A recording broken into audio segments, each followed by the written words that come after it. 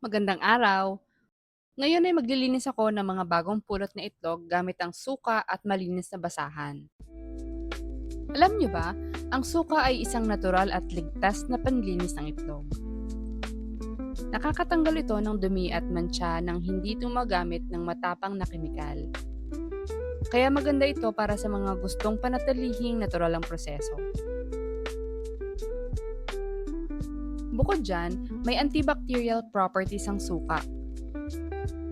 Ibig sabihin, habang nililinis natin ang itlog, nakakatulong din tayong bawasan ang mikrobyo na maaaring dumikit sa balat ng itlog.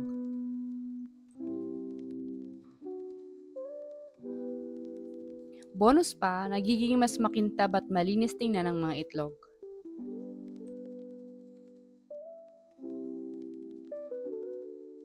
Hindi basta-basta ang pagpupunas.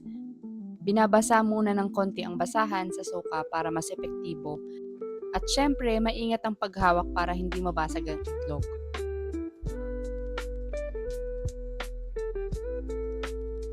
Simple pero epektibo.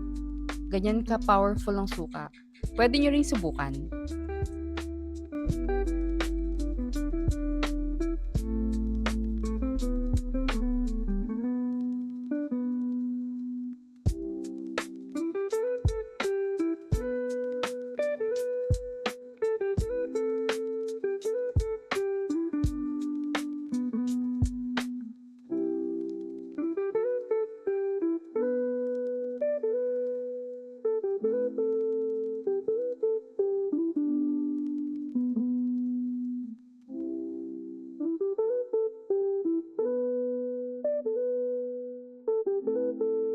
Salamat sa panonood!